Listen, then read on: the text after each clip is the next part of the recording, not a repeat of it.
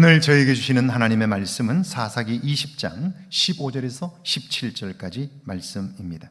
그때 그 성읍으로부터 나온 베냐민 자손의 수는 칼을 빼는 자가 모두 2만 6천 명이요 그 외에 기브와 주민 중 택한 자가 700명인데 이 모든 백성 중에서 택한 700명은 다 왼손잡이라 물매로 돌을 던지면 조금도 틀림이 없는 자들이더라. 베냐민 자손 외에 이스라엘 사람으로서 칼을 빼는 자의 수는 40만 명이니 다 전사라. 아멘. 하나님의 말씀입니다. 할렐루야. 하나님은 오늘도 우리를 도우십니다. 말씀하십니다. 인도하십니다. 하나님의 음성을 듣고 인도를 받는 복된 날 되기를 주의 이름으로 축복합니다.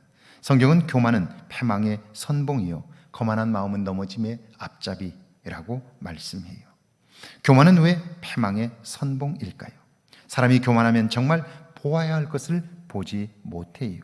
사무엘상 17장에 나오는 골리앗과 다윗의 싸움을 생각해 보세요. 골리앗은 키가 엄청 큽니다. 당연히 힘이 셉니다.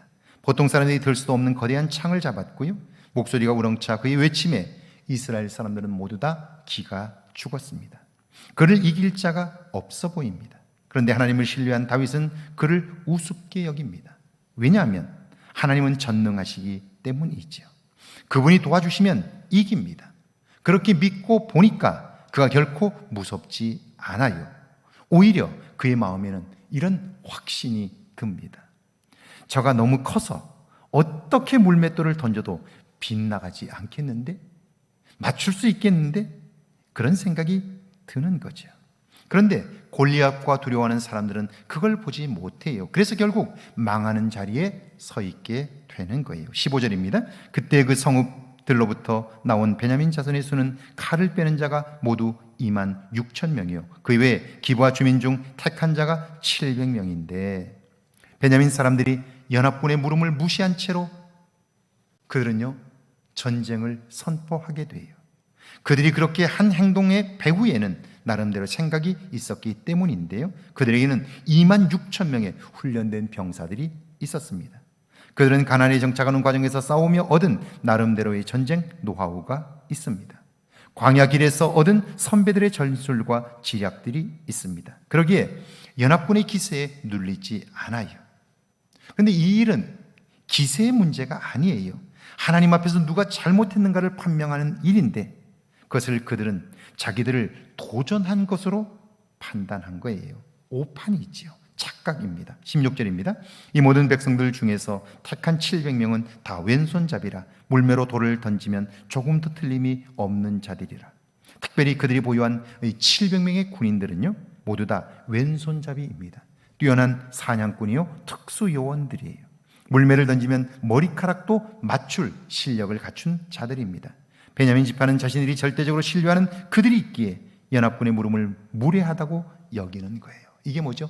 교만입니다. 17절입니다. 베냐민 자손 외에 이스라엘 사람으로서 칼을 빼는 자의 수는 40만 명이니 다 전사라. 그런데 베냐민 지파를 제외한 연합군의 숫자가 40만 명입니다. 그들은 모두 전쟁으로 잔뼈가 굵은 베테랑들이에요. 만약 베냐민 사람들이 자기 지파 사람들이라 할지라도 자기 잘못을 판별하여 선악간에 판단한다면 군대가 충돌할 일이 없습니다. 악한 자들을 벌하고 다시 선악의 기준을 세우면 되는 거예요. 그런데 그들은 지금 하나님에게서 멀어져 있습니다. 말씀이 기준이 아니라 자신들의 감정과 생각과 판단이 기준입니다. 결국 충돌할 수밖에 없고요, 비극적인 일이 벌어지는 거예요. 오늘 이 땅을 살면서도 마찬가지입니다. 우리 안에 담겨진 말씀이 있고 하나님의 인도함을 받는다면 어떤 상황, 어떤 형편에 놓였다 할지라도 그것이 우리의 삶을 새롭게 하고 깨달음을 얻게 할 거예요. 우리 이후의 삶을 풍성하게 할 거예요. 그런데 그걸 눈앞의 현실만 보고 감정적으로 반응하고 여러분 육체적으로 대응하게 된다면 그 일은 우리의 삶을 무너뜨리고 우리의 삶에 엄청난 상처를 남겨 이후에 우리의 삶을 불행하게 만들어 갈 거예요. 믿음의 눈으로 보고 하나님의 마음으로 사는 복된 하루가 되기를 주의 이름으로 축원합니다. 함께 기도합니다. 내 안에 힘을 의지하는 모습은 없는지 돌아보게 해달라고요.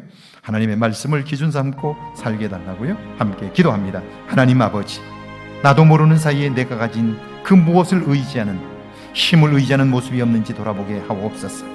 하나님의 말씀을 기준 삼고 살게 하셔서 하나님의 기뻐하시는 모습으로 서게 하옵소서. 하나님의 뜻을 이룰 수 있도록 주여 역사해 주시고 복된 하루 되게 하옵소서.